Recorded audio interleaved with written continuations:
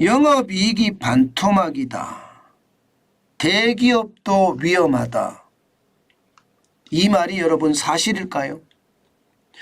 저는 사실로 해석합니다. 여러분 이거 한번 보세요. 예, 전년 동기 대비 영업이익 감소율 놀랍지 않으세요? 55.5%가 줄어들었습니다. 55.5%면 55.7%면 반토막이 더 난 거잖아요. 이게 괜찮을까요? 와, 이건 저는 괜찮다고 생각하지 않습니다. 저는 진짜 괜찮다고 생각하지 않아요. 뭐 언론에 따라서는요, 지금 대기업들이 약간 좋아진다, 위기를 벗어나고 있는 것 같다, 이렇게 평가하는 것도 많더라고요. 그런데 저는 그렇게 평가하지 않습니다. 아니 55.7%가 영업이익이 줄어들었는데 이게 좋아졌다고 이야기하면 이거는요, 저는 책임 방기라고 생각합니다. 예, 그만큼 말입니다. 지금 상황이 저는 굉장히 나쁘다고 보는 거예요. 굉장히 나쁘다고. 생각했던 것보다도 훨씬 더 나쁘다. 저는 그렇게 본다는 뜻입니다. 야, 여러분 진짜 심각한 상황이 계속될 수도 있겠다 하는 생각하지 않으세요? 저는 여러분들이 충분히 그렇게 생각할 수 있다고 생각합니다. 한 추세선을 한번 보실까요? 추세선을 보시면 2022년 2분기 보세요. 52조 6천억 원이었습니다. 2023년 2분기 23조 3천억 원이에요. 무려 55.7%가 적습니다. 금액으로는 29조 3천억 원이 적습니다. 엄청나게 적죠. 네, 이게 지금 얼마나 심각한지 아마 여러분들도 보인다 이렇게 생각합니다. 보인다.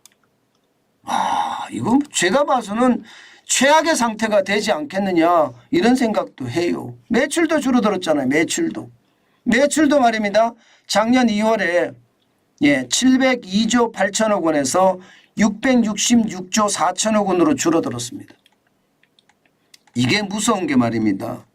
우리나라 500대 기업 중에서 500대 기업이 500대 그럼 대기업이죠.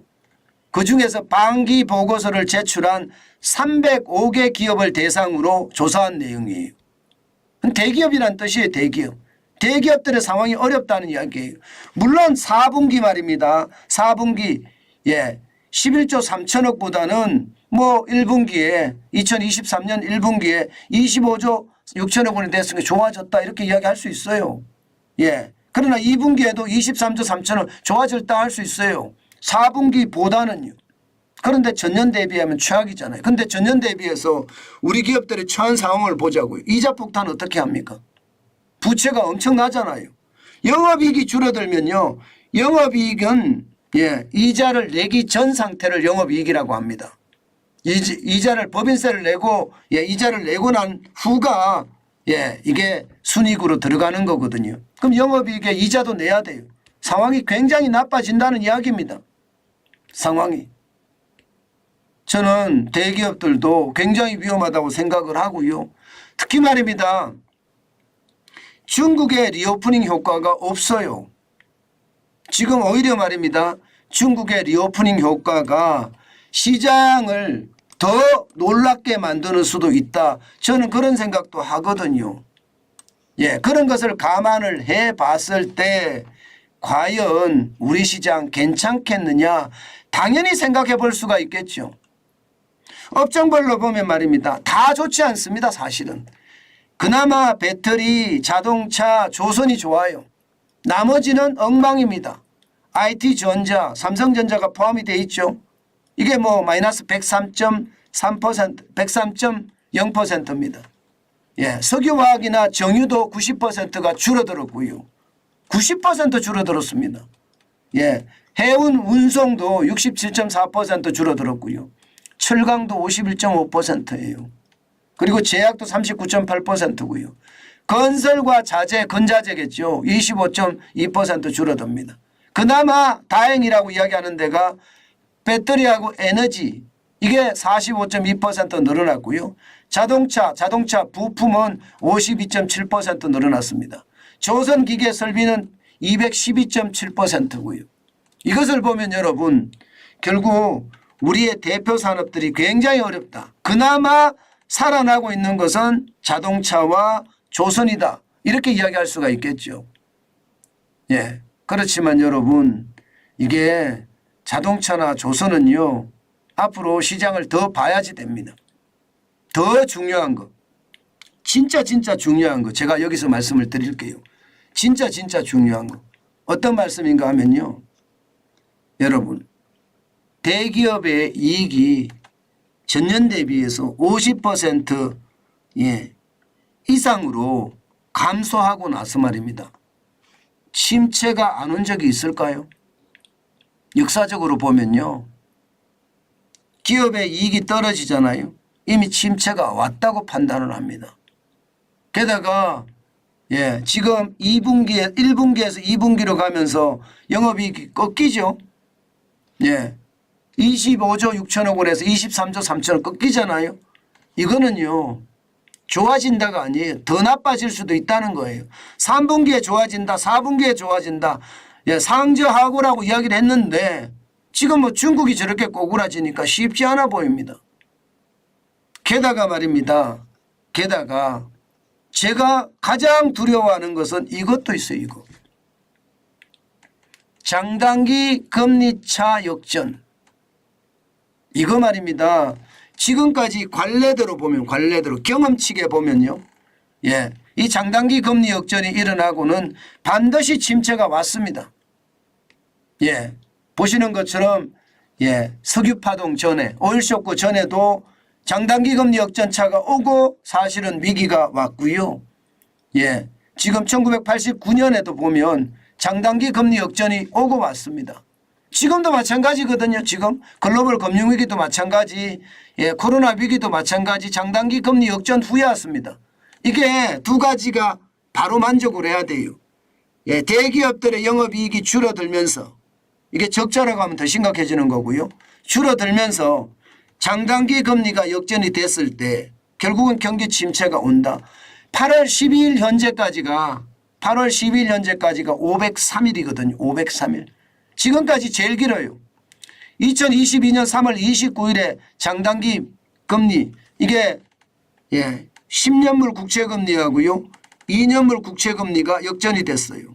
일반적으로 돈을 오랫동안 맡기면 이자를 많이 줘야 되는데 그렇지 않다는 겁니다. 예, 짧게 맡기면 오히려 이자를 많이 준다는 거예요. 2년물 이자가 많고 10년물 이자가 적다는 뜻이에요. 그러면 앞으로 가면 갈수록 현재가 가장 좋고 가면 갈수록 나빠진다. 이 이야기잖아요. 그죠? 예. 그래서 경기가 침체가 된다. 그런 이야기인데 저는 이것까지 감안을 해보면요. 침체에 관련된 예, 요소가 벌써 두 가지가 확실히 쌓였다고 봅니다. 예. 대기업들의 영업이익이 폭감하고요. 장단기 금리 역전이 500일이 넘어섰고요. 이자에 대한 폭탄 우려감 크고요. 고금리가 앞으로도 지속될 거다 이런 생각이기 때문에 저는 단순하게 시장을 봐서는 안 된다. 위기감을 가지고 시장을 봐야 된다. 그 말씀 꼭 드리고 싶습니다.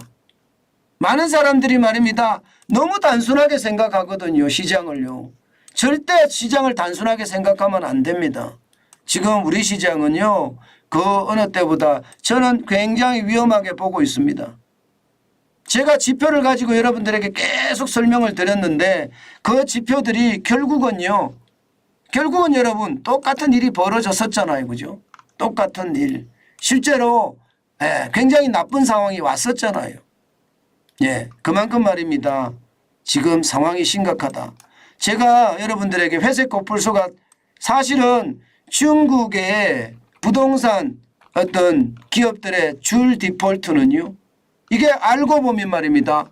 여러분들 잘 알고 계시는 것처럼 말입니다. 이게 회색 코뿔소예요.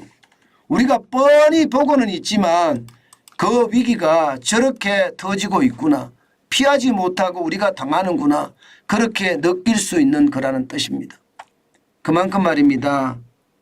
예, 세계 시장에 이 크고 작은 위기들 거기에 회색 코뿔소라는 큰 위기와 또 우리가 알지 못하는 블랙스완이라는 위기 이런 것들이 시장에는 상존해 있고요.